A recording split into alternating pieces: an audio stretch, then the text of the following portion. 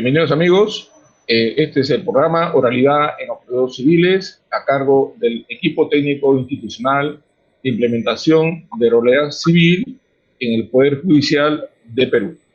Como todos los programas, el objeto del mismo es difundir hacia los jueces, abogados, trabajadores y todas las personas que están vinculadas con la justicia peruana respecto de las ventajas, beneficios, desafíos, retos que nos trae este método de la oralidad.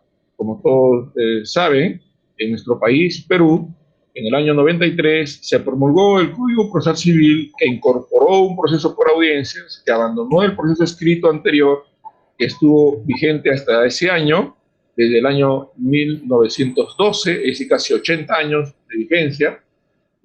Fue abandonado con este nuevo modelo, que gran parte de su contenido provenía de las pautas que estableció el Instituto Iberoamericano de Derecho Procesal, en referencia al Código Procesal Civil Modelo para Iberoamérica, como alternativa al proceso escrito de origen español y que estaba presente en todo Iberoamérica. Bueno, ese Código Procesal Civil vigente del 93 desarrolló su actividad en un proceso por audiencias, buscando la oralidad, por los primeros años, pero desgraciadamente esto no continuó. Y no es el caso hacer una evaluación de las razones. Lo cierto es que en el año 2007-2008 se desactivaron las audiencias más importantes, los procesos fundamentales de esta norma, y el proceso terminó siendo un proceso escrito, tan escrito como lo era el proceso civil hasta el año 93. Hubo una involución, es decir, un retroceso histórico que ya en los últimos años se han sentido los dramáticos efectos hacia los justiciables, hacia los jueces y en general hacia la justicia del Perú.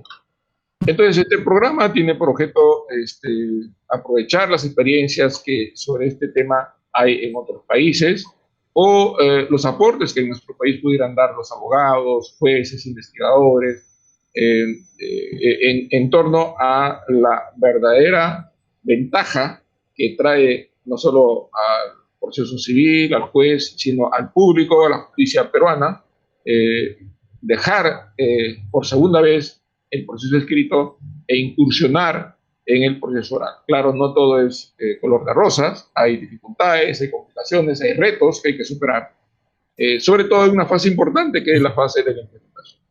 Precisamente hoy tenemos una entrevista con el doctor José Bonet Navarro. Él es profesor catedrático de Derecho Procesal de la Universidad de Valencia, en España, y nos va a hablar precisamente de los retos para la implementación de la oralidad. Recordemos que en Perú, si bien 34 cortes superiores han solicitado incorporarse a este proyecto, solo 13 de ellas tienen implementadas ya en sus propios despachos la oralidad. Así que esta es una entrevista, como dice, como anillo al dedo, ¿no? Precisa para el estado en que se encuentra el proyecto de oralidad. Él es magistrado suplente de la Audiencia Provincial de Valencia en materia civil y penal, antes abogado en ejercicio, es miembro de la Asociación Internacional de Derecho Procesal y del Instituto Iberoamericano de Derecho Procesal, académico de número de la Real Academia de Cultura Valenciana y académico correspondiente de la Real Academia de Jurisprudencia y Legislación de Madrid, y por supuesto unas referencias bastante extensas que dejamos ahí para poder escucharla directamente de nuestro invitado. Vamos a un pequeño corte y retornamos para iniciar la entrevista con el doctor José Bonet Navarro. Muy bien, como habíamos indicado, tenemos aquí ya en directo, por la vía virtual. Desgraciadamente hubiésemos nos querido que esté acá físicamente para poder intercambiar de manera mucho más dinámica esta conversación, pero está igual. Vamos a aprovechar, porque lo que interesa en este caso es aprovechar su experiencia. Doctor José Bonet Navarro, primero para agradecerle su tiempo, su disposición y para que nos transmita algo de su experiencia, conocimiento, su trayectoria en temas de derecho procesal civil y sobre todo en temas de la oralidad. Buenas tardes, estimado el doctor José. Buenos días, muchas gracias por por la invitación. Para mí es un gusto, un placer, como siempre, participar en estas actividades académicas y muy particularmente cuando van dirigidas a personal jurisdiccional que, bueno, pues ejerciendo la potestad, pues van a resolver los conflictos, ¿no? Sí, muy bien. La primera pregunta es de cajón. En función al tema del título de la misma, ¿qué desafíos, qué retos encontramos en el acto de implementación de la realidad en el Código Civil? Bien, pues lo primero que quiero decir al respecto es que no hay que tener miedo, hay que tener respeto, eso sí, pero no hay que tener miedo, porque se trata de un importante avance.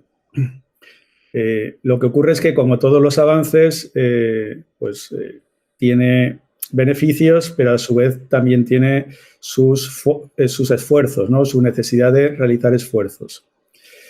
Los retos son múltiples y los fundamentales son retos personales y retos, digamos, de carácter público o de carácter institucional, porque es necesario tener unos órganos jurisdiccionales con la dignidad suficiente como para poder albergar una reunión de personas.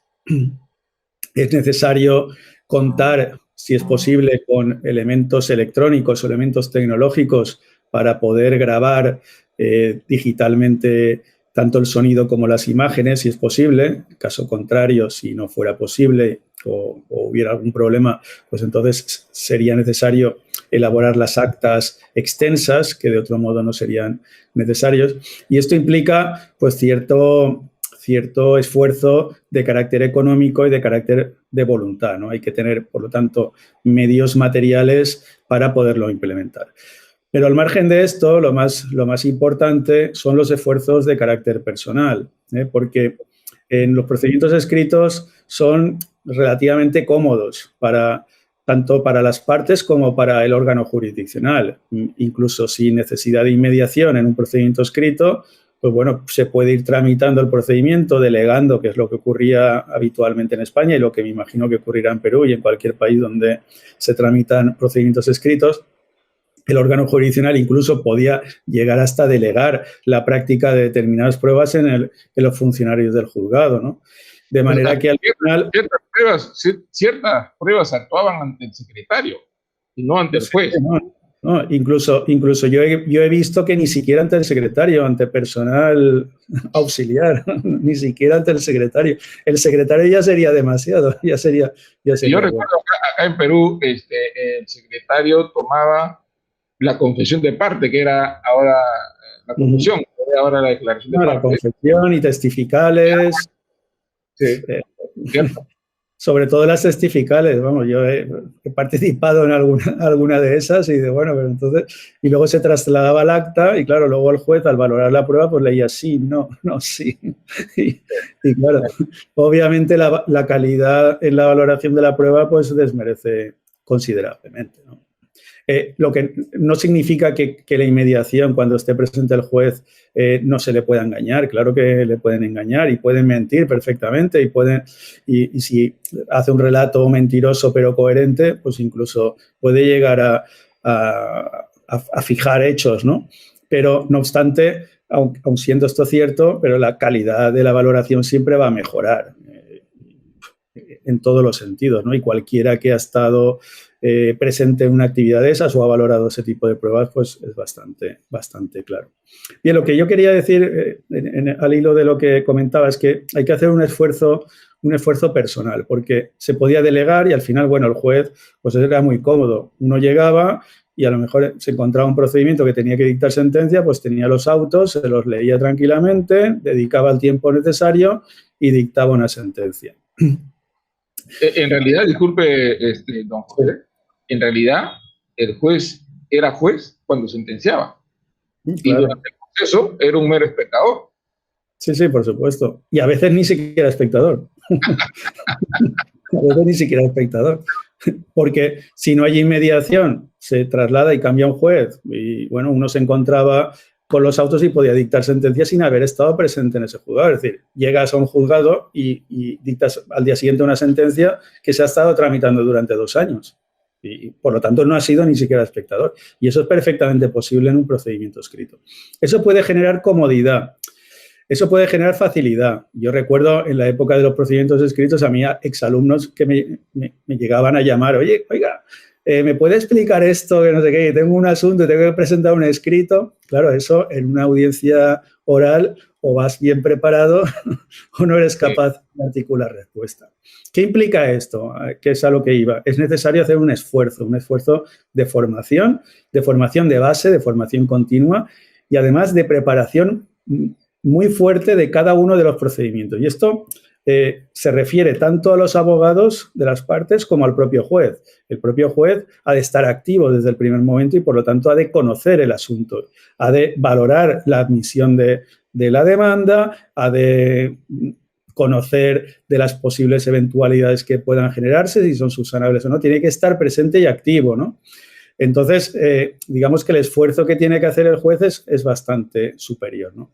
Claro, esto se ve compensado con una mayor calidad en la resolución. Es como todo, más esfuerzo, mayor facilidad, sobre todo mayor calidad en la resolución en tanto en cuanto la valoración de la prueba va a ser mejor. No va a ser perfecta porque somos humanos y obviamente la perfección pues no es algo propio de nosotros y gracias a Dios, porque si fuéramos perfectos seríamos perfectamente aburridos, ¿no? Pero, claro, entonces, la riqueza, ¿no? Somos imperfectos porque somos humanos. Esto no va a significar que no nos podamos equivocar, pero la calidad de la resolución mejora, ¿no? Y esto es bastante indiscutible, ¿no? Y luego, otra de las ventajas, además de la calidad resolutoria, es que en aras de la concentración, pues los procedimientos presumiblemente tienen más posibilidades de ser más rápidos. No voy a decirlo más rápidos porque para la rapidez son necesarias algunas otras cosas, pero al menos potencialmente pueden serlo, en la medida en que, bueno, el procedimiento una vez iniciado, pues difícilmente va a poderse suspender. Se podrá suspender, pero difícilmente, ¿no? O excepcionalmente. En cambio, en un procedimiento escrito está naturalmente suspendido y solo eventualmente se pondrá en marcha. Entonces, bueno, correcto, vamos a cambiar un procedimiento suspendido por otro que puede suspenderse. Permite, justo lo que comentábamos hace un momento, el tiempo nos lleva a un corte. Y bueno, continuaremos en el siguiente tramo, exactamente en el momento en que usted se quedó. Estimados amigos, vamos a un pequeño corte y retornamos en unos minutos. Nos decía el doctor José Bonet Navarro acerca de la forma como discurre el proceso civil escrito, contra lo cual se contrapone, por supuesto, el profesional. Continúe, doctor. Yo sobre esto quería matizar, porque se habla mucho de las bondades de la oralidad, que sin duda las tiene. Así todo, obviamente, para que pueda tener esos efectos, digamos, bondadosos o de mejora, es necesario venir acompañado de, pues como ya digo, de los esfuerzos económicos, porque si no, va a fracasar. Y precisamente, pues bueno, la línea de la doctrina, sobre todo en los países donde no se hacen suficientes esfuerzos, pues va un poco por ahí, claro. Dice, es que la oralidad no puede funcionar en nuestro sistema porque no es apto o no es capaz de darle una respuesta adecuada. Bien, eso puede ser cierto y también puede ser cierto que en algunas ocasiones concretas la oralidad pues, pueda no ser conveniente. Voy a contar un ejemplo muy, muy claro. En Europa tenemos el procedimiento de escasa cuantía, donde se puede determinar, se puede decidir si el procedimiento se tramita oral o escrito. Normalmente es oral, pero se puede cambiar a escrito. ¿Por qué? Porque es de escasa cuantía. Se supone que hay litigios en el extranjero donde las vistas o las audiencias se tienen que desplazar, has de coger aviones, has de perder más tiempo. Y en ese caso, quizá los costes que tiene la oralidad, aunque tiene más beneficios, pues no compensan esos beneficios, de modo que se puede tener una menor calidad, pero a base de rebajar un poco los costes, ¿no? Porque en este caso los costes son muy altos y se supone que los procedimientos son de escasa cuantía, ¿no? Entonces, bueno, es verdad que a veces la oralidad no es que sea la panacea. Puede que haya ejemplos concretos como este que he señalado, donde quizá pueda ser más conveniente la escritura. Es más, en mi opinión, yo creo que lo mismo que ocurre con una mediación o con un arbitraje donde las partes pueden determinar el procedimiento, creo que deberíamos de ir avanzando para que también en los procedimientos orales se pudiera adaptar el procedimiento a las concretas necesidades. Siempre con la supervisión judicial, pero creo que debería ser algo más flexible. Y una de las líneas del derecho procesal actual, y en un futuro creo que van a ir en esa dirección, será precisamente el de la flexibilización del procedimiento, ¿no? Precisamente Correcto. para adaptarlo. Doctor, lo que usted ha dicho es muy importante porque no se pretende o no, hay que sacar de nuestra mente esta idea de que la oralidad es la varita mágica que resuelve todos los procesos en general. No es. Ya de hecho, los procesos que tienden a ser consecuencia de cobro de títulos valores o títulos ejecutivos, excepcionalmente hay audiencia. La mayoría de los procesos son escritos, le pones una audiencia y le entorpece. Igual sucede, por ejemplo, con los procesos de amparo, los procesos constitucionales en nuestro país, que se inician ante el juez como demanda. No puede ir con audiencia porque es traslado de la demanda y sentencia. ¿Para qué vas a poner una audiencia ahí? ¿No? Los procesos monitorios no podrían seguir la oralidad. La oralidad sigue por la causa de aquellos procesos de cognición relativamente complejos, donde hay probanza, complejos donde el juez tiene que apreciar y le ayuda mucho comunicarse con las partes y estar presente en las pruebas, en la actividad de la prueba, pero en general no, sin duda. Acá mismo hay un área en Lima, que es el área comercial, que es parte del área civil, donde ven temas societarios, donde ven temas de cobro de créditos privados, ven revisión de laudos arbitrales, en las que no hay, ahí no se ha extendido el proyecto de oralidad, pese a que es parte del área civil, ¿eh? Entonces, dice usted muy bien. Y también en respecto de la participación del Estado, el apoyo con recursos económicos es muy importante, ¿no? ¿Cómo usted maneja esto en su experiencia personal en cuanto a la presencia de apoyo del Estado a esta forma de tratamiento del proceso civil? Hombre, en el caso español, cuando entra en vigor la ley 1/2000 de enjuiciamiento civil, que entra en vigor en enero del año siguiente, se notó una fuerte inversión por parte del Estado.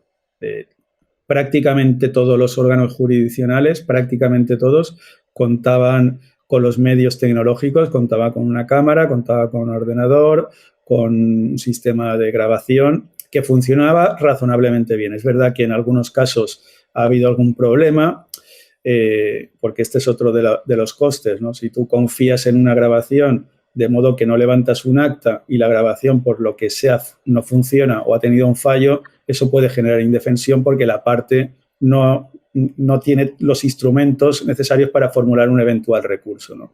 Y de ahí pueden derivar ciertas nulidades. Y de hecho así ha ocurrido. Yo mismo he dictado alguna resolución de nulidad por esta causa. Pero en cualquiera de los casos son resoluciones, o sea, son situaciones muy excepcionales, ¿no? En el caso español hay de todo, ¿no? Porque yo cuando era un niño pequeño, yo recuerdo que los juzgados estaban mucho peor. Algún juzgado con goteras y con bastante lamentable. No obstante, después de los años, no sé, en los años 80, 70, 80, se empezó a hacer fuertes inversiones en los juzgados y más o menos en todos pues tienen su dignidad. Actualmente contamos con las ciudades de la justicia en las capitales importantes, donde, vamos, son edificios súper modernos, incluso de diseño, donde no hay ningún tipo de problema. Entonces, ahí se hizo una fuerte inversión. Obviamente, se hizo una fuerte inversión relativa, porque si lo comparamos con con otros ministerios, y comparamos la inversión que hace el Ministerio de Justicia con el que hace, por ejemplo, el Ministerio de Hacienda, pues es escasa, ¿no? Pero así todo sí que vino acompañada y eso permitió que se pudiera instrumentar. Además de que los órganos jurisdiccionales ya estaban preparados porque el proceso penal tradicionalmente, igual que el laboral, eran procedimientos orales y eso, pues bueno, pues ya había exigido en su momento pues esa adaptación y esas inversiones, ¿no? Entonces, bueno, sí que hay inversión, nos quejamos porque siempre nos quejamos, sobre todo comparativamente, pero bueno, en el caso español las inversiones son razonables. Otra cosa es que nosotros queramos solucionar el colapso judicial, eso es otra cuestión, porque en mi opinión los procedimientos deberían de durar no más de mes y medio, ninguno. Un asunto, un conflicto en primera instancia debería durar lo que marca el diseño procesal, que es lo que exige la certeza y las garantías. Mes y medio. Ningún procedimiento debería de durar más, sin perjuicio de que puedas tardar en prepararlo, en recoger pruebas, etcétera. Pero eso sería ya fase previa. Una vez iniciado el procedimiento, no debería. Requiere de que tenga una carga procesal razonable, ¿no? Porque si el juzgado en lugar de tener 100 expedientes tiene 1000, entonces ya no es dable esa... El problema sobre esto es que los juzgados tienen una capacidad de respuesta inferior a las entradas de asuntos que tienen.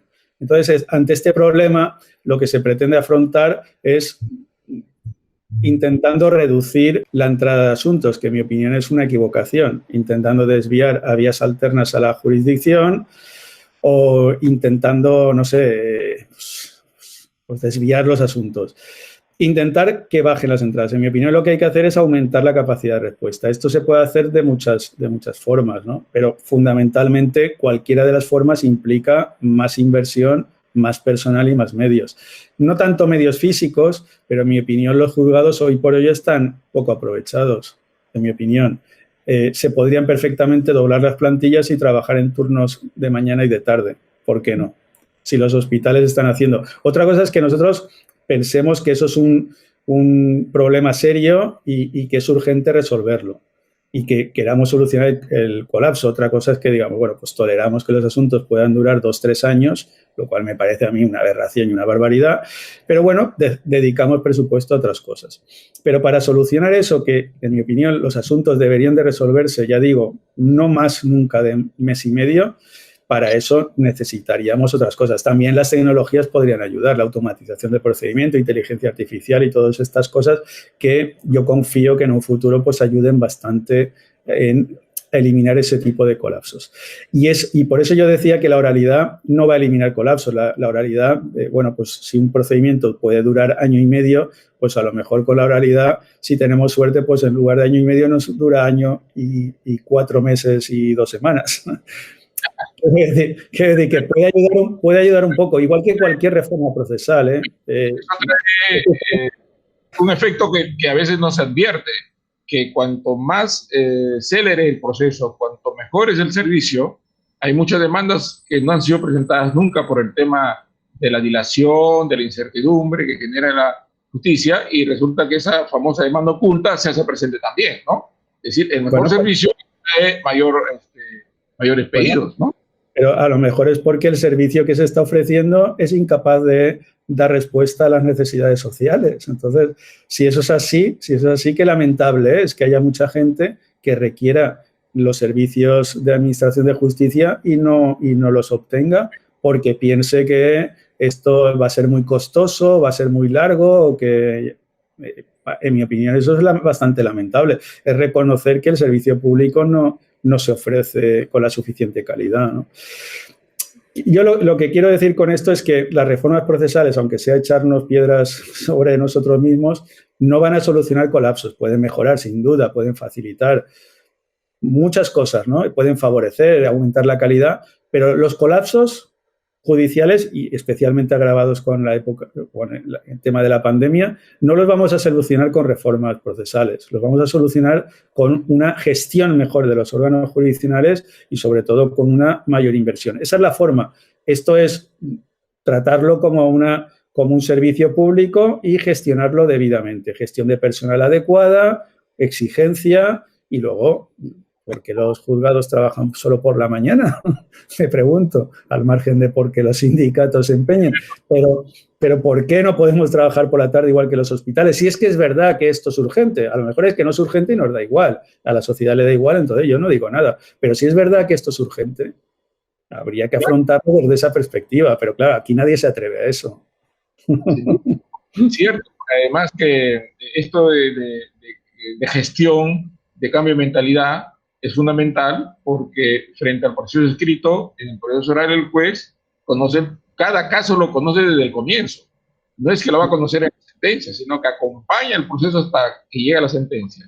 En etapa de saneamiento, en etapa de fijación de puntos controvertidos, en el saneamiento probatorio, esa audiencia preliminar que prepara el juicio, está presente el juez, es decir, requiere de un mayor esfuerzo del juez a esa actitud pasiva que está en su zona de confort del otro proceso. Eso también supone cambio de mentalidad, ¿no?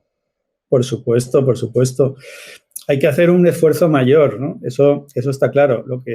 Lo que pasa es que se va a ver compensado, ¿no? Con una mayor calidad y un mejor servicio. Entonces, bueno, pues hay que hacer ese esfuerzo. Lo que no tiene mucho sentido es que el juez sea un mero sujeto pasivo y que cuando llega el momento de dictar sentencia empieza a leer papeles y al final dicta una resolución que vete tú a saber si se corresponde con la realidad la práctica de pruebas, porque, bueno, entonces, bueno, si nosotros lo que queremos es eso, un servicio precario, pues bien, pues eso es lo que tenemos, pero si somos autocríticos y queremos un servicio mejor, pues tendremos que esforzarnos todos. Y obviamente ese esfuerzo pues tiene que venir acompañado también de mayores, o deberían de venir acompañados de mayores compensaciones, ¿no?, económicas. Y no sé, habría que hacer una valoración un poco de conjunto, en mi opinión. Sí, creo que sí. Doctor José Bonet Navarro, muchas gracias. Desgraciadamente el tiempo nos ha ganado. Quedan muchas cosas pendientes para conversar, muchas. Habrá otro momento para hacerlo.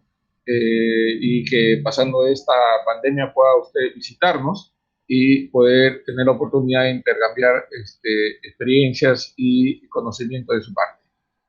Dejo para sus últimas impresiones, doctor José.